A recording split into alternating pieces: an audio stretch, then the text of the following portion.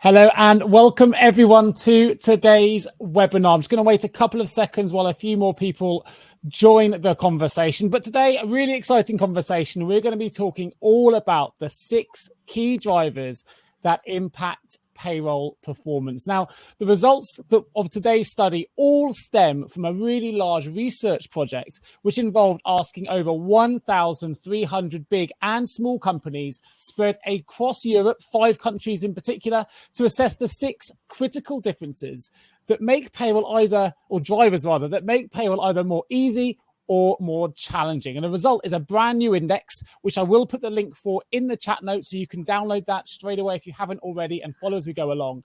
But it's a brand new index that is really designed to help all of you as international payroll professionals to make the right choices going forward. Now, the slides will be shared with you along with the recording after this conversation. So please do stay tuned. You don't need to be making loads and loads of notes. You will be sent these after the webinar, and the index again will be sent to you as well. But I will also drop that in the chat notes. Now, we are joined today by a fantastic panel that I'm going to introduce you to. I'll start with myself, who's going to be hosting today's conversation. So my name is Nick Day. I'm founder of JGA Recruitment, and we're a specialist international payroll recruitment company. But I'm also the host of the Payroll podcast. I'm part of the Reward 300, and I've been working in the payroll space now for over 2 decades. That's enough about me. Let me introduce you to the rest of our panel. I'm going to follow the slide in front of me, and I would like to ask Jan if you could introduce yourself. Yeah, good morning. My name is Jan Laurijsen. I'm working in Belgium from SD Worx HQ. My role is mainly a researcher. I've been with the company for 12 years and doing research for over the last 5 years. That's one thing. The second thing is that I also coordinate the collaboration that we've had since 10 years with the Antwerp Management School, doing research there as well. And I'm still working on my own PhD also at the University of Antwerp. So passionate to talk about what we've researched over the past couple of weeks and months for you today. Fantastic. And moving from left to right, Simon, if you could introduce yourself. Yeah, good morning, everyone. It's good to be with you. I'm Simon Parsons, Director of UK Compliance Strategies for SD Worx, based in England of the United Kingdom. I've been around in the industry for some time, back with SD Worx now for 25 years. I have worked for them before in other guises as well. I have an MSc, so a Master of Science in Payroll Management, and I'm also a member of the Reward 300 and a Fellow of the Chartered Institute of Payroll Professionals. Fantastic. And last but by no means least, Chris, if you can introduce yourself, please. Yeah, thanks, Nick. And good to be here. So yeah, Chris, I'm Chris Kirby. I'm also over a couple of decades now in payroll and HR. Previously, I was operational. I at one point in time was the head of global payroll for Barclays. I've been a consultant for 6 or 7 years, working on different payroll and HR transformation programs. And more recently, I've been heading up the payroll division at Lace Partners, and we're a boutique HR and payroll transformation consultancy, helping clients with exactly this kind of thing and resolve some of the challenges that I think we're going to touch on today. Absolutely fantastic. So an expert panel joining you today. And of course, if you have any questions during the course of this session, please do put them in the chat box. We will do our best to answer those either as we go through or at the end of the session. So if there's any burning questions you want to ask our expert panel, please do put that in the chat box. We are going to ask you all to get involved in a number of polls today as well. We want to get your feedback to build on the research we've already taken. I'll talk to you through those in just a moment. The first poll will be coming up shortly. And when that does happen, you will see a little red dot appear over the polls icon, which should be on the right-hand side of your screen. So when we announce there's a poll taking place, have a look for that red dot, click on that little icon, and you should be able to answer the poll. Before we get to our first poll, let me introduce today's agenda for the session. Today, we're going to be talking to begin with about the research itself. Jan's going to be heading that up. We're then going to move on to the 6 key drivers that are really impacting payroll performance. That's both the challenging side and things that might make it easier. The legislation and workforce, how can you ensure payroll stays compliant? Rewarding credibility, how can payroll evolution support a broader HR success? And technology and partnerships. So how do you build a business case for payroll transformation. And if we do have any of those questions, we will go through those at the end of the session. Now, what I'd like to do is introduce our first poll. I want to wake everyone up and see if you can get involved in our first poll. So have a look at that first icon. Should appear. There should be a little red dot, hopefully, that appears over the poll icon in just a moment. And our first question is this: what is your organization's current payroll status? If that red dot has appeared, there should be 4 options for you to select. One is in-house and happy with solution, outsourced and happy with solution, in-house and unhappy with solution, or outsourced and unhappy with the solution. So while we wait for those poll results to come through, please put your answers in when you can. We're going to ask one of our experts just to comment on those polls as well.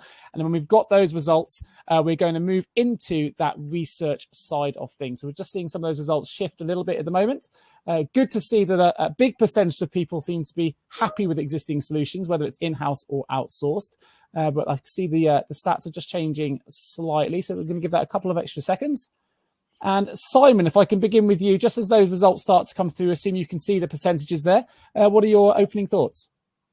Yeah, it's interesting, isn't it? I always think these things come in thirds, Nick, between the 3 different types of, you think certainly for the United Kingdom, how is the payroll market played? And it tends to be a third in-house, a third outsourced, and then a third seems to leave it to accountancy type practice. Also, there's an element of evolution of time, and I'm sure we'll cover some of those points, but payroll is rapidly changing. Even this week, with the death of Queen Elizabeth II, there are changes impacting UK payroll imminently, and there's a question of how do we keep pace with that. Also, there's an element of, because it's an evolving thing, solutions change. So sometimes things will get stale and we need to move on. And many of us may find that we're in old solutions that need some update, and technology advances, law advances, culture advances. Yeah, absolutely right. I think the spread of results shows that everyone's in slightly different phases, and we've seen the world of work accelerate significantly in relation to transformation in particular. So, Chris, any particular thoughts you've got on those results? No, I think just broadly, I think it's interesting and quite consistent with what we've seen elsewhere as well around the split. I think, the reality is it clearly you can have problems with most solutions, but at the same time, everything can work. And as long as you get everything lined up, and we'll come on to some of this, I know, during this session, as long as everything's lined up and done properly, there's no reason that any solution can't work. Absolutely right. Well, let's bring Jan into the conversation. I want to sort of touch into the research that this is involved. As you can see, the SD Worx Research Intelligence team been heavily involved in creating this study. So I'm going to hand you the floor, if I may, Jan, just to bring us up to speed with the background to the R&I team and the background to SD Worx and how you sort of went about creating this research project. Yeah, great. Thank you. Like I said in the introduction, research and intelligence is not new to SD Worx. The proficiency, the Payroll Proficiency Index this is something that we launched new. But if you look at what we do within the company, continuously scan the market to gather market and competitive insights. We got a number of people, a whole team that's actually working on this to keep us up our toes, making sure that we understand how the market is going and where, for instance, also specifically tech solutions are bringing us in the payroll and the HR space. That's one thing. The other thing that we are researching is that we're not only looking at market and at solutions, we're also very interested in the whole idea how employers, so specifically also HR professionals, are looking at the evolution as what they are needing in the near and the distant future in terms of managing the complexity of HR and payroll.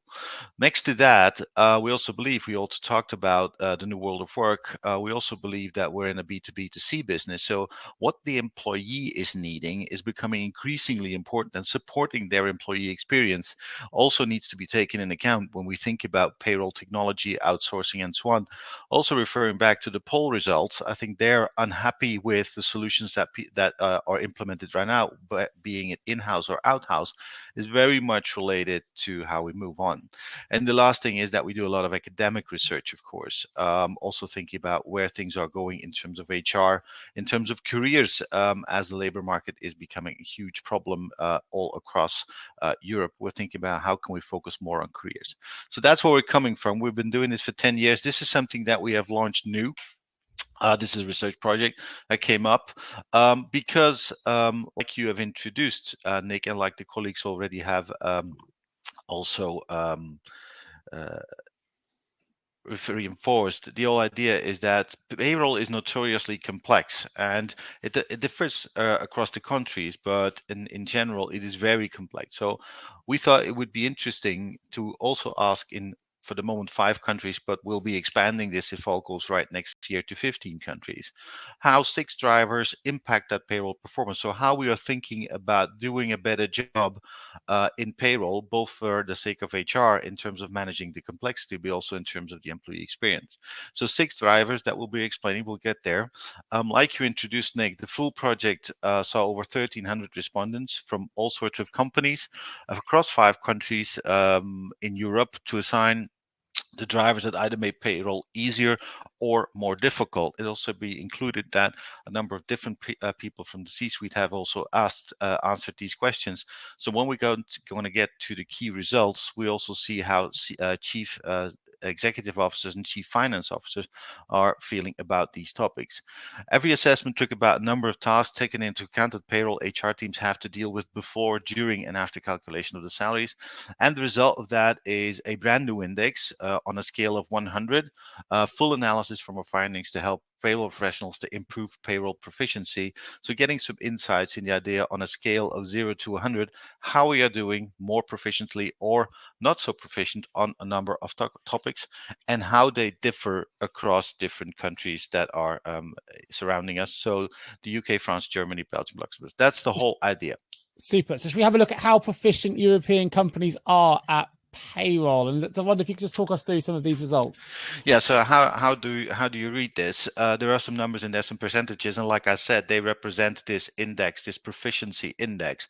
So the higher the score, the better we're doing. A country is doing as compared to others on this particular driver. We identified 6. We'll come to those back extensively, looking at legislation, the impact of legislation, reward, technology, capabilities, so everything that has to do with knowledge of your payroll professionals, workforce, and partnering solutions. That all include solution, part of the solution, or bit of the solution in all to do better in payroll. So one score, for instance, is marked here, and that's in the United Kingdom. Technology is scoring quite high, which is actually meaning that in the UK, and Simon will get back to this point later, technology has been evolving quite fast, actually, to make that payroll run faster, go smoother, and so on and so on. So that's actually a differentiator for the UK, as does, which is a score just beneath that, but is not marked, is a 70.2% in terms of capabilities, where the UK is actually taking a head start, or is ahead of the market, because they're doing really well of their investments in technology and both of capabilities of payroll professionals. If you look at another thing, maybe horizontally, look at legislation, then you'll see that the score is a lot lower across the countries, but that, for instance, Belgium and France are, yes, what we may call notoriously complex legislative context. So there we'll have to take into account that this is going to be even more complex, and the technology and partnering might be playing a bigger role. At the same time, in terms of technology, Belgium is not so far away from UK, for instance. For France is a bit more distant. So we're looking at the different countries, and this may be interesting also for the audience to take a look, to take a deep dive into the report and see where they are doing as a country as compared to the others, and what we may have learned from this, and hoping also that the discussions that we have today and the questions that you've prepared for us, Nick, will make some sense of these indices and how they can help us to understand payroll proficiency across Europe. Fantastic. Now, I know that obviously the study also brought out a number of critical insights. And I thought what was really interesting of these insights is, these insights are coming from real C-suite individuals and how they now view payroll. And we're seeing payroll really, raise its profile internationally now post-pandemic, and being seen as much more of a strategic and an important part of the overall business economic framework, if you like. So I thought some of these insights were really, really interesting. But I wondered if you could just talk through some of the highlighted insights if you can for us, Jan. Yeah, I think these are more or less, these 7 are the highlights of the report. So I may not address all of them, but there are some interesting things to say. So if we start up at the left top, 3 out of 5 CEOs believe the use of technology is making payroll processing easier. At least that gives an idea how strategic management is thinking about payrolling. And also, there over half of the CROs believe partner support is making payroll processing easier. So it gives already an idea that both technology outsourcing is believed to make payrolling easier in a world, and especially a legislation that's becoming more and more complex, as Simon already introduced at the beginning. 3 out of 5 HR directors believe manual handling of payroll matters makes payroll processing more difficult, which is actually the opposite of what we just said. Well, of course, manual handling will actually induce more margin of error. So there we also have to think about how outsourcing or technology or both may help us to overcome that problem. And maybe a last one, nearly 3 out of 4 CFOs believe the use of technology is making payroll processing easier. That's also an important part. If we're also looking at the financial profiles and the financial directions, believing that technology is making these easier and also is coping with errors, so also making margin of error smaller. I think that there's also a very important support both from CEO and CFO to make things smarter, making going smoother and flawless, has been supported also by the chief HR. So 3 C-suite professionals are actually believing or supporting the idea to the majority that this is going to help us to move forward. And at the same time, many of payroll managers believe having access to specific payroll knowledge and know-how makes people processing easier. That does not overcome the problem that on the human side of payroll, we're probably going to have to invest as well in the capabilities to keep up to speed with all this complexity and the speed of changes in legislation. So both technology outsourcing and capabilities will get us ahead probably in making this more easier and running more smoothly. Super. I think one thing that I really like looking at this from my perspective is it shows that now I think payroll often internationally has been a relatively underinvested function. But here, if the financial directors, if the HR directors and the rest of the C-suite are identifying if we invest in payroll, whether it's international, whether it's domestic, then we can make that whole function more strategic. We can make it easier. We can make processing more accurate and more efficient. Then this is a really, really positive set of insights that this research project has brought back to us, because finally now we're going to see some real investment, hopefully, being put into payroll departments across the world. But I'd love to get your take on some of these results and whether you're finding the same things, Chris. Yeah, absolutely. I think, these, like you said, you touched on it earlier, it's the changing face of payroll in part. I think people are looking at payroll, which has traditionally been like a transactional and back end sort of function, and looking at what payroll can actually offer, right? And part of that is saying, okay, well, hang on a minute, the core of that transactional offering is the process. So why have we got people sat doing the process, doing the day-to-day, spending all this time doing that, when actually we've got all of this additional complexity, all of these additional requirements we need them to be handling? How can we get that processing away from them, and how can we make that much easier and much more streamlined to enable the broader support that we're looking for? And that really comes from the top, as we've been discussing. Absolutely right. Now, I know that everyone on this webinar is really keen to discover what the 6 key drivers are to payroll success. And we're about to get to that part of the webinar. But before we do, I'm going to ask everyone just to get involved if they can into our next poll, which is, I want to find out, and we want to find out, what your biggest payroll challenge currently is. So there's a few options here for you. If you can, again, look for that red dot that should appear just in just a moment on your poll screen.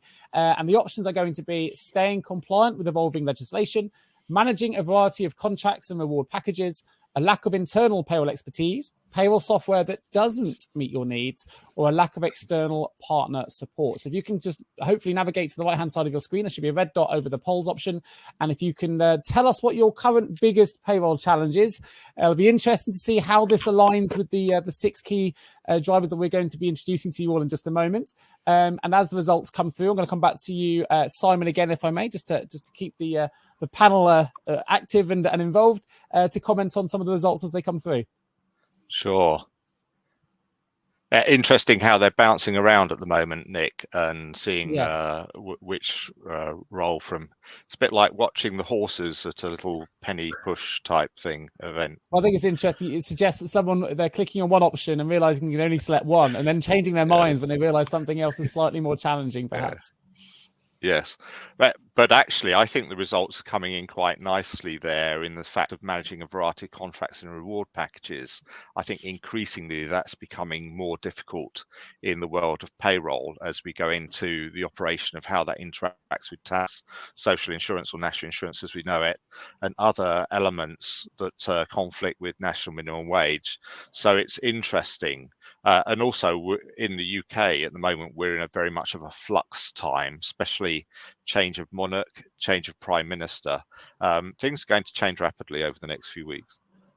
Yeah, absolutely right. I think if I recall when we talked about Jan's initial how proficient are European companies at payroll, we had a section there on reward.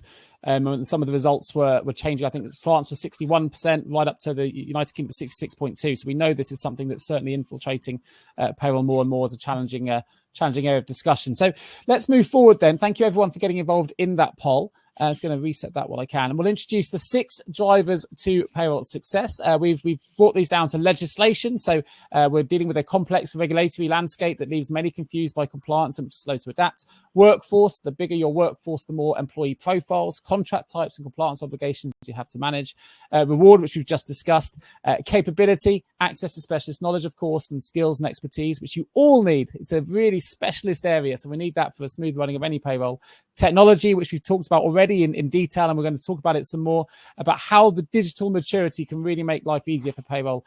And partnership, something I think sometimes often overlooked, but actually a critical factor to the success of any payroll operation. So these are the 6 drivers that the study has brought out. And of course, the link I have now put into the chat notes for those that haven't downloaded it yet. Please, you can access that at the end of the call. What I'd like to do, though, is just have a look at some of this research, starting with legislation, because according to the research, the results said that more than 1 in 4 large companies are actually struggling with the complexities of payroll legislation. Now, Simon is a legislation expert, so I'd love to ask you, Simon, what your thoughts are on those results. Yes, I think it's fairly typical, and it's what we would probably predict or expect, but the changing landscape of legislation and its impact. But even with COVID-19 and the change of workforce, and even with the cost of living crisis, business demands are changing. People are needed for work, yet business is struggling to carry on. So there are a number of aspects which play into complexities. Not all of them are payroll legislation, but have overlapping legislative impacts. Also, the government are catching up on much of this. So there is government set payroll legislation, and then there are employment right impacts, then that overlays with employer set policies and contractual terms and conditions that people have. And those are associated with court rulings. So we've had a significant one in the UK a couple of weeks back at the Supreme Court, which all change our understanding. They don't change the law, they just change the interpretation of what they mean, sometimes significantly. How to ensure that we as employers align, and the same challenge will be across Europe. In Belgium, Luxembourg, the Netherlands, they've all got varying work committee changes in rules, which then impact everyone.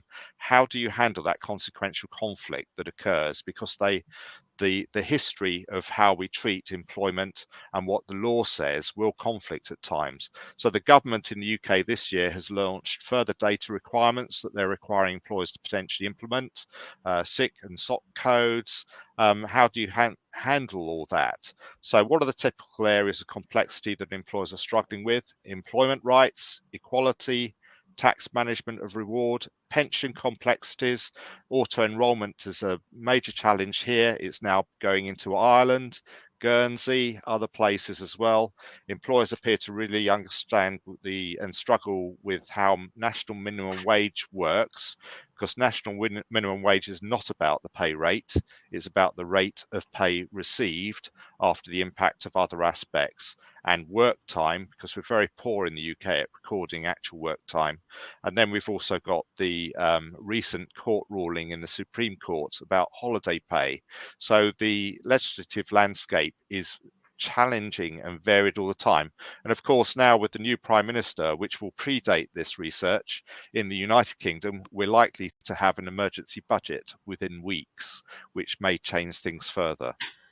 Absolutely right. I think something else that for an international payroll audience, I'm sure they'll be able to take on board is that we've got a very much a changing workforce now. The composition, we've got the rise of the gig economy, we've got Generation Z and everything else that's going on. Some of the results came back that said that 19% of respondents said that overall workforce composition, which I think is a really interesting word in the current world of payroll, is making the payroll processing more challenging. And this rises to over a third of large multinational enterprises. So, Simon, I wonder if you can explain, how workforce composition is starting to complicate that payroll process. Sure, I'll give you some of my personal views, which maybe we can overlay with that. But composition could refer to a number of differing things that cover different ingredients of employment circumstance, which make up a mixture of differing groups of employees, teams, responsibilities, and circumstance. That mixed into differing pay frequencies, differing reward strategies, and when multiple differences are in play, things can easily become a muddle opposed to the other composition type of musical excellence. So there's an element of making a composition a musical excellence rather than just a muddle. And when multiple differences are in play, they can start creating oppositions between different things. So overlaying the complexities of employment law and payment rules can be a significant challenge. And the social differences between different worker types, whether salaries, hourly, casual, gig economy, etc., monitoring control can become problematical to ensure that all the compliance obligations that befall on an employer or organization are maintained.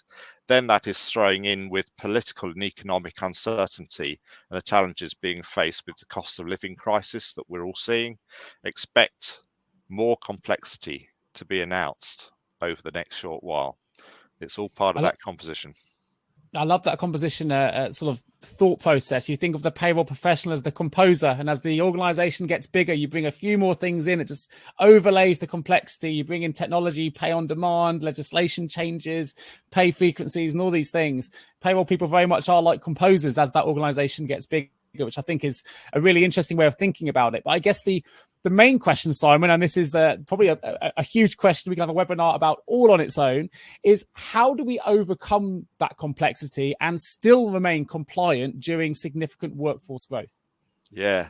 Now, increasingly, business leaders, and we're seeing that in the results of this research, are seeing that the complexities are best dealt with by engaging with expert partners who have the skills to act and apply the change so that they focus on their core business requirements. They focus on running their business.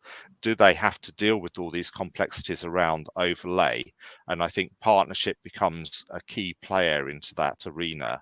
So it's something that's picked up significantly over the past 20 years is, I don't understand this. I'll give it to someone who does, who can help me and guide me. So ultimately, the employer makes choice on its policies and applications. However, they benefit from expert guidance to work their way through the legal and compliance complexities that so many are struggling with.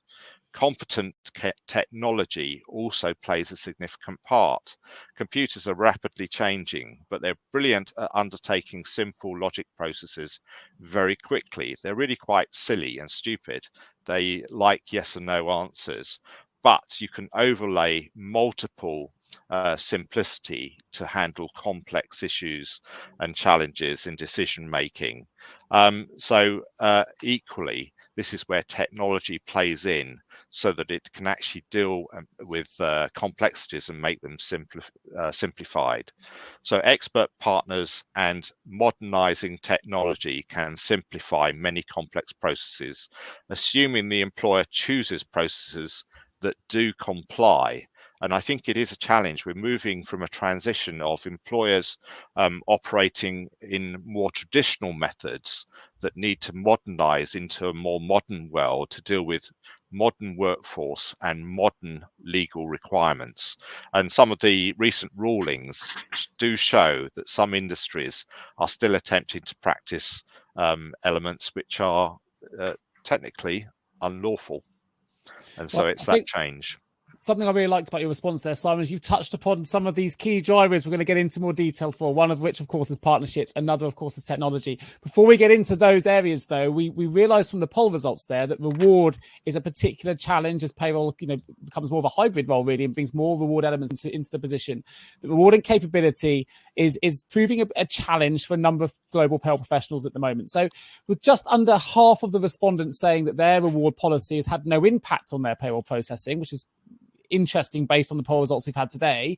I'd like to know sort of your thoughts on that, Simon, but also as reward and remuneration grows more complex and its impact is therefore is going to increase, I guess, how are companies changing their approach to reward and why? And perhaps maybe I can start with you, Jan, to give me some of your insights from the research that you did to help answer that question. Yeah, maybe not entirely from the research, but one of the trends, and Simon already referred to that, one of the big trends that we see is what we call the personalization of the employment relationship. And that turns out that reward is going to be more and more personalized in all sorts of ways. And we may talk about variable pay. In Belgium, we're talking about flex income plans, basically the opportunity for employees to choose themselves how and when they want to be rewarded. And this is obviously a big challenge for traditional systems when we don't have technology enough or the opportunities to work on that short notices. And it's become more and more important for organizations from also an employee experience point of view to make sure that they can accommodate or that they can cater for the needs of their employees to actually fulfill those needs in a personalized reward landscape. Therefore, it's so important. That's also why the point you made, the first point, is that under half of the business believe reward policy has no impact. I think we will have no choice but to change reward and to comply, or to actually find new ways to reward people and to cater for those personalized needs in terms of reward. So yes, it will impact this relationship, and yes, it will impact reward technology. On top of that, as Simon and also Chris referred to, things are becoming more and more complex. To actually manage that complexity on top of that personalized employment relationship and reward relationship, that is the big challenge at the moment. There's a stat that really stands out for me here. I'm sure the international payroll community on this webinar will feel the same, but it says here that nearly 1 in 4, so that's almost 25% of HR directors believe their company's lack of capability is making payroll processing more difficult. So Chris, if I can come to you, what are some of the most common capability gaps that you're seeing when it comes to payroll? Yeah, that is an interesting one. And it's also a tough one because, boldly, lack of capability suggests a level of incompetence, and that's actually rarely the case when it comes to sort of a pure payroll element. So people's understanding of calculations and how to actually get people paid, it is fundamentally there. And if it wasn't, then realistically there'd be far bigger problems than we even see in the press. Okay, if you see what I mean. So I think from the conversations we've had with, HR and payroll leaders, it's more often what I'd call maybe the peripheral skills that their teams don't necessarily support very well. So a lot of the time this may relate to change and having a mindset of both supporting and executing change within a company, maybe a lack of desire around, seeking opportunities for improvement and moving away from the status quo. And we've spoken a lot today already about, manual and onerous processes. I think another one is collaboration along a very similar line. So whether that's with, HR teams, people teams, or IT teams, for example, one of the phrases I've heard many companies talk about is the walls being up when it comes to change and that sort of collaboration with other areas to deliver a service that meets these employees' expectations. I think just being very honest as well, I think in some cases it is really as basic as doing things in a more automated fashion. We still work with and see clients who are doing things on paper and very manually that can easily be done even in sort of Excel, let alone via a better payroll system or via a service provider. And lastly, I think, again, just to reiterate a lot of the conversation we've had already today around it's that complex side of things where the truly specialist skills are required. So, you might have global mobility, acquisitions, especially in this modern environment where so many companies, the landscapes are changing and they're relying on payroll for such, a different level of support. Those processes are very complex and also time pressured. So they add to the complexity that we've already discussed to some extent today. I think broadly, I'd say there's a word, agility is important, and I think this underpins a lot of what we're talking about. Ultimately, the amount of time and focus that payroll teams and functions are having to spend on just delivering the processing limits their ability and their time to be agile and respond to legislation changes, policy changes, acquisitions, all that kind of thing, and also just to handle this complexity. Fantastic. We know as a payroll recruiter here that actually trying to fill those capability gaps can be quite challenging, and it often does lead to major payroll transformation taking place as a result of that. But we also know that it's sometimes difficult to get HR sometimes to buy into the transformation when they've got so many other strategic priorities to balance. So how do we go about helping ensure that payroll transformation is at the top of an HR person's agenda, so that we can really get them to buy into a payroll transformation? And maybe Jan, you might have a response to that. Yeah, like I said, I think it's very important to understand that payroll proficiency is one of the most important things contributing to employee experience, a positive employee experience.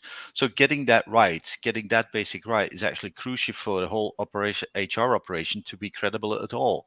So I think that is one of the major things that HR should be thinking about.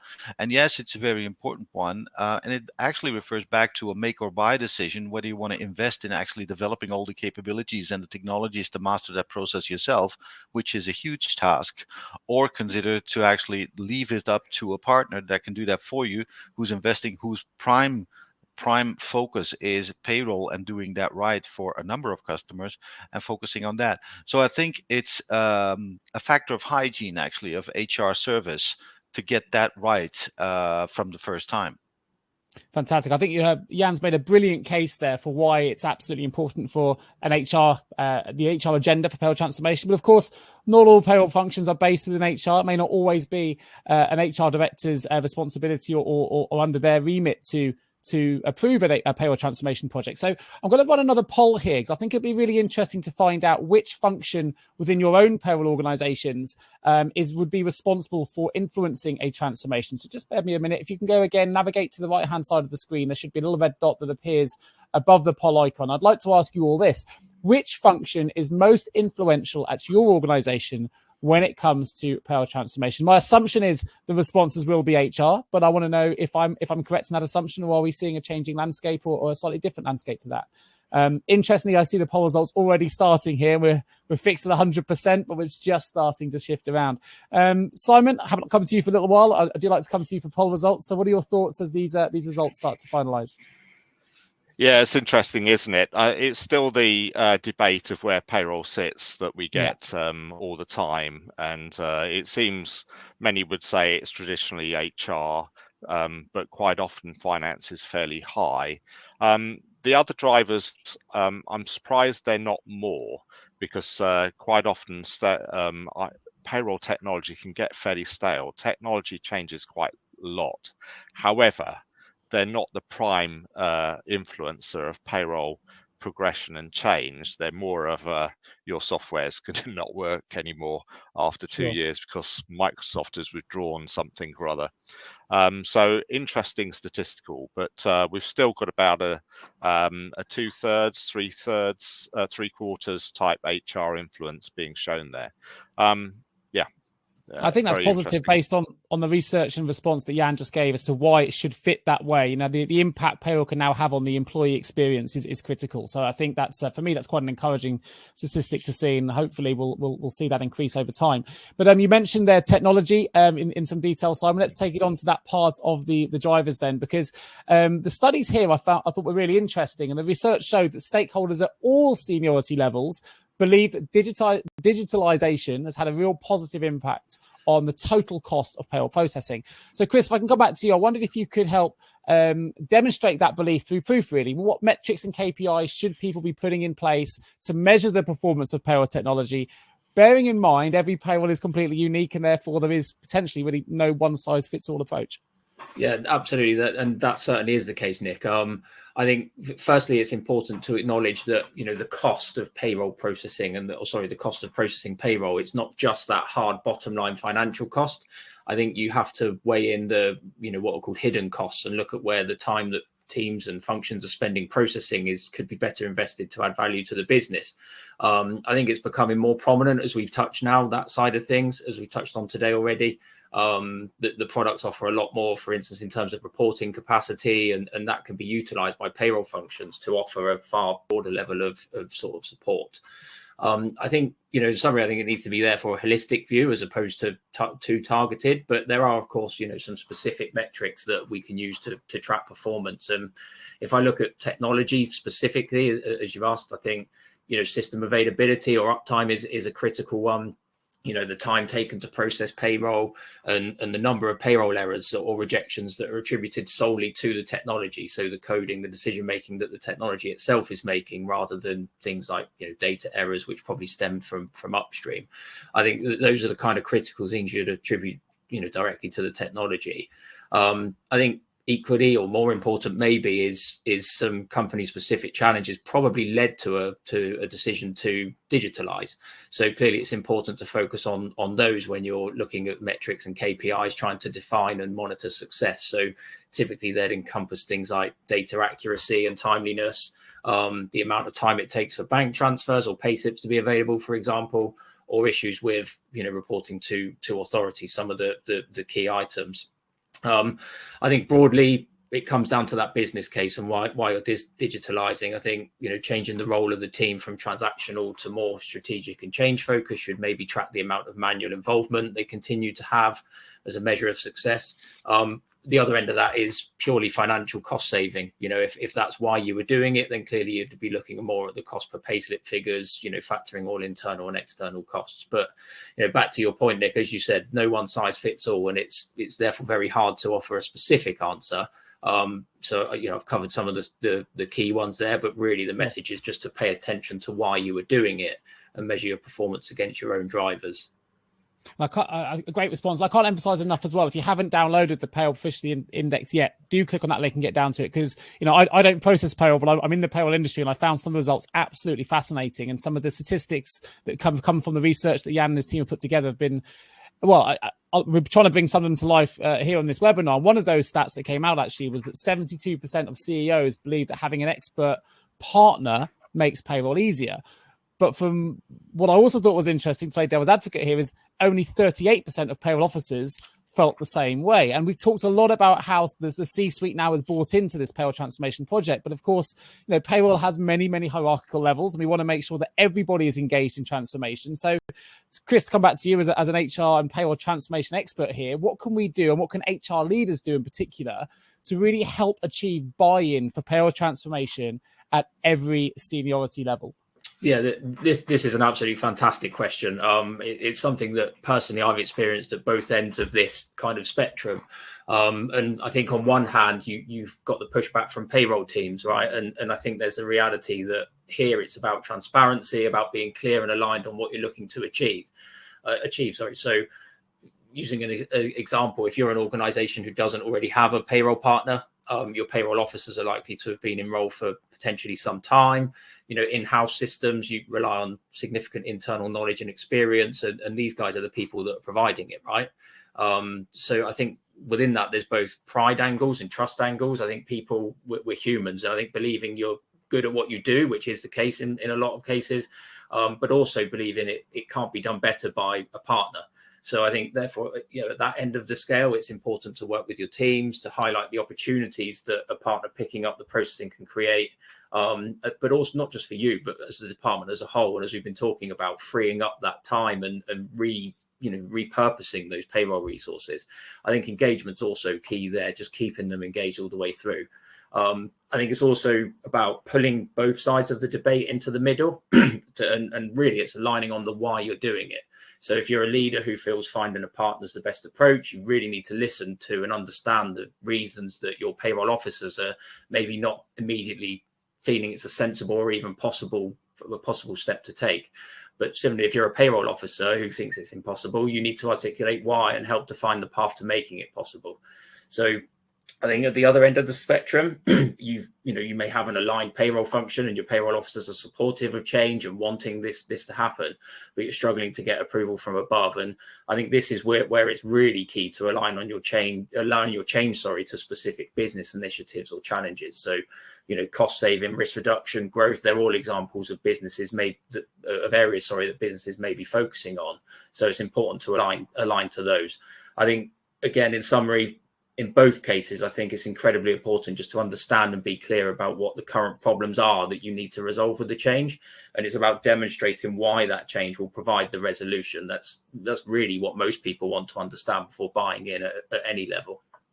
Yeah, I love that. And you mentioned cost saving, risk and growth. It's really interesting here because often financial directors, HR directors may think that payroll doesn't need transformation because payroll's being paid accurately and on time every month. Why do we need to invest in something that's already working? But you've highlighted 3 critical points there. It's not just anymore about paying people on time. It's, are we doing it efficiently? Are we generating the data? Are we making sure it's, it's safe and secure and all the different things that you've mentioned there? And is it going to work for us as we do scale and grow? And I think that's where we're really seeing a lot of transformation take place now. And often it's the payroll officers, working at ground level, doing those calculations that will actually be able to identify some of the quick wins for you as well. So as you say, it's really important that everybody's engaged at all levels.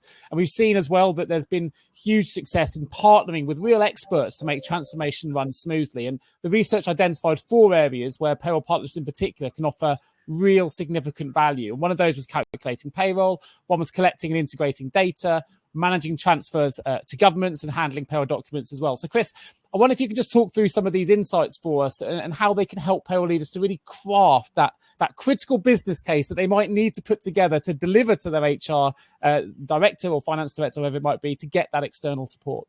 Yeah, of course. I think, clearly in many businesses, pulling these core pillars of payroll together and giving them to an expert partner can create significant opportunities when it comes to some of the things we've already spoken about, risk, cost reduction, supporting growth, agility, all those good things. I think that, that's probably the obvious one. I think what we're talking about across these 4 areas, though, are fundamentally the core parts of a payroll process. So what they really leave is the activity that's focused more on governance, control, and supporting the business, whether that's generally or via change initiatives and support in that side of things. I think that leads us back to one of the underlying points we've already covered around resources being freed up to support businesses more in those areas, being repurposed. And it really is, you've said it yourself, Nick, it's a fantastic opportunity for payroll to raise their profile, right, and to play a much more proactive role in the business. So I think I'd say while it's important to factor the impacts of those core elements into your business case, I think it's equally important to focus on resolving that hidden costs and that side of things, as well as the other opportunities generated by giving that predominantly transactional activity to an expert partner. Yeah, absolutely. I'm actually seeing some, we've got a global audience on this webinar today, but we've actually seen, I think what Scott Morrison, Australian Prime Minister, really praised the work that payroll professionals undertook during the pandemic and handling all that changing legislation. It's the same here in the UK and across the globe, the way that payroll professionals have adjusted to the changing legislation, the changing landscape, the changing digitization of payroll, I think has been really, really impressive. And all of these things are helping to contribute to raising that profile. And hopefully today's webinar has brought together some of those key 6 drivers through Jan's amazing research that are really impacting the success or indeed the challenging aspects of payroll delivery. The key takeaways that we've taken from the session, hopefully is, and please, this will all make more sense when you have the index that you read through as well, because legislation is evolving. Compliance is very much a moving target. And Simon has talked about that at length today. Payroll proficiency is the first step towards achieving big picture HR goals. So you can really need to look at some of the things we talked about today and bring those into your case studies. If you're looking to make a payroll transformation case study or project, you want to deliver that to your HR director, please do bear in mind the 6 takeaways from today's research. A post-pandemic reward policy should naturally lead to more complex payroll. Well, we've seen that in the poll results. Over 40% of you said that reward potentially is the most challenging aspect that you're faced with at the moment in your payroll operation. Payroll technology is never a one-size-fits-all, but should always integrate with your current stack. I think Chris really brought that to life here. Every payroll department globally is unique. There's no one-size-fits-all. There's no payroll department that's exactly the same. So make sure the technology is right for your business and you can really sort of look and leverage the partnership expertise that people have out there to help make sure that works for you. And we talked about partnerships and how they should really focus on empowering internal teams. I'd love to come back to you, Jan, if I may, and just wonder if there's any additional takeaways or any additional things you'd like to leave our audience with here before we close the show.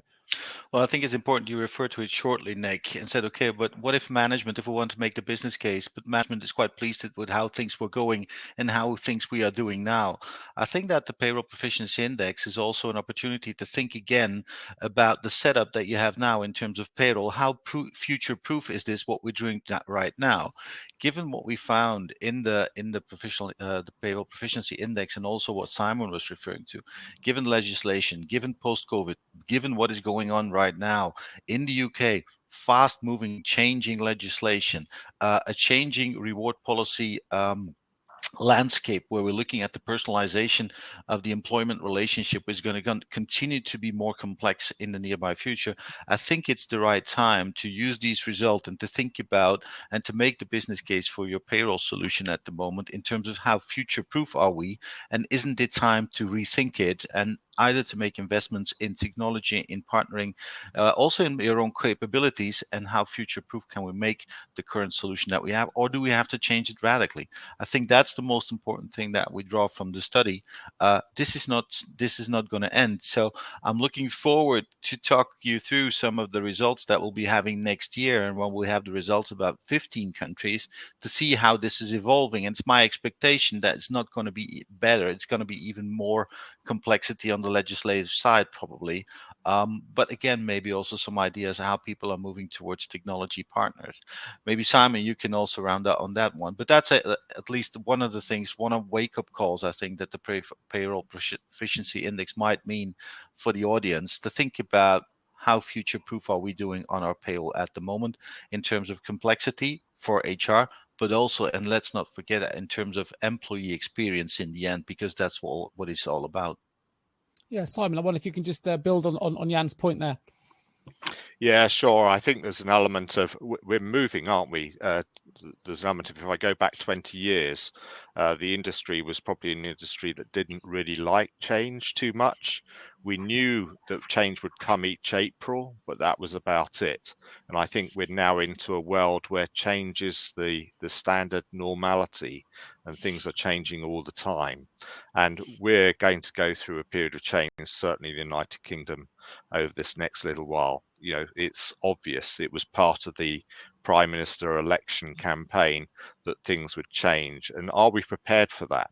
But I think us as humans are more akin to change and choice than we were 20 years ago. So the human demand on employment is significantly going to impact UK business and business across the world as we make choices, and we're in that area of, well, actually, I can choose something different. Sure. I mean, certainly from my perspective, we work with clients all over the globe in terms of recruitment, and we've never seen more transformation take place in the world of payroll than I've ever seen before. In 20 years in this industry, I'm seeing more transformation. It's not always technologically based, but a lot of it is. But, we're seeing organizational restructures, transformation in terms of the way that the payroll departments are set up, who you're paying, borderless payments now with people hiring workforces from different locations. And of course, the technological transformations that we're seeing in abundance. It's never been busier in my experience, and every payroll person I seem to speak to now is going through some level or degree of transformation.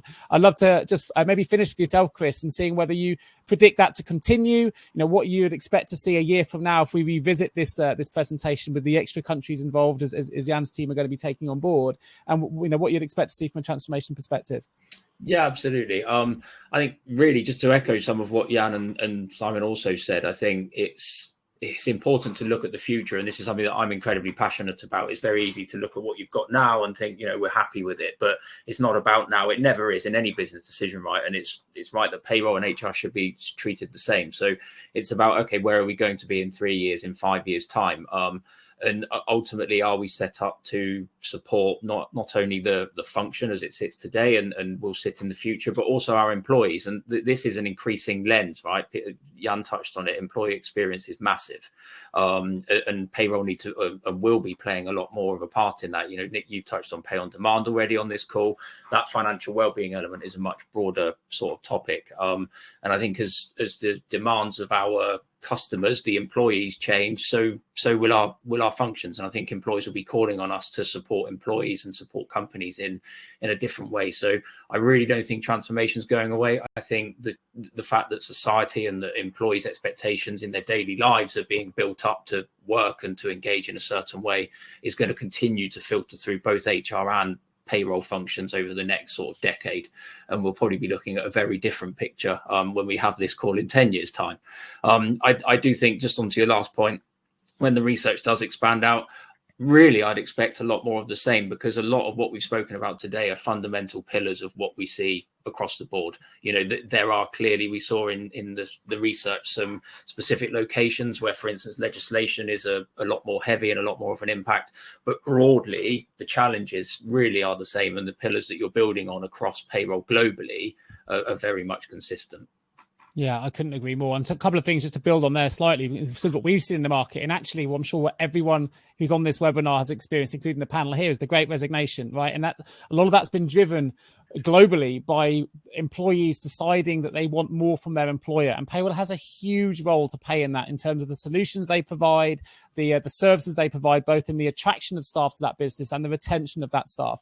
And it's not just about paying people on time anymore. It's about the reward options you're providing, you know, the way that their pay slip is provided and all the different elements that go into that. So I think, you know, payroll at the minute is having a massive, massive impact on things like the Great Resignation and that employee experience. And I think it can have a really, really positive role to play going forward in building on that employee experience piece and that, you know, the employer as consumer, if you like, relationship that I think we're seeing develop. I think the second point technology brings in, which is, you know, data now is considered the most valuable commodity in the world, and payroll has access to significant amounts of data. And if we can leverage that and use technology smartly to really, you know, use data to support those HR decisions and strategic elements and broader objectives they need to achieve, I think that's a real positive piece that payroll can have an impact into to really help raise the profile as well. But fantastic research, Jan, a brilliant payroll index for everyone to download. Thank you ever so much for joining me. I can't see any Q&As for us panel to answer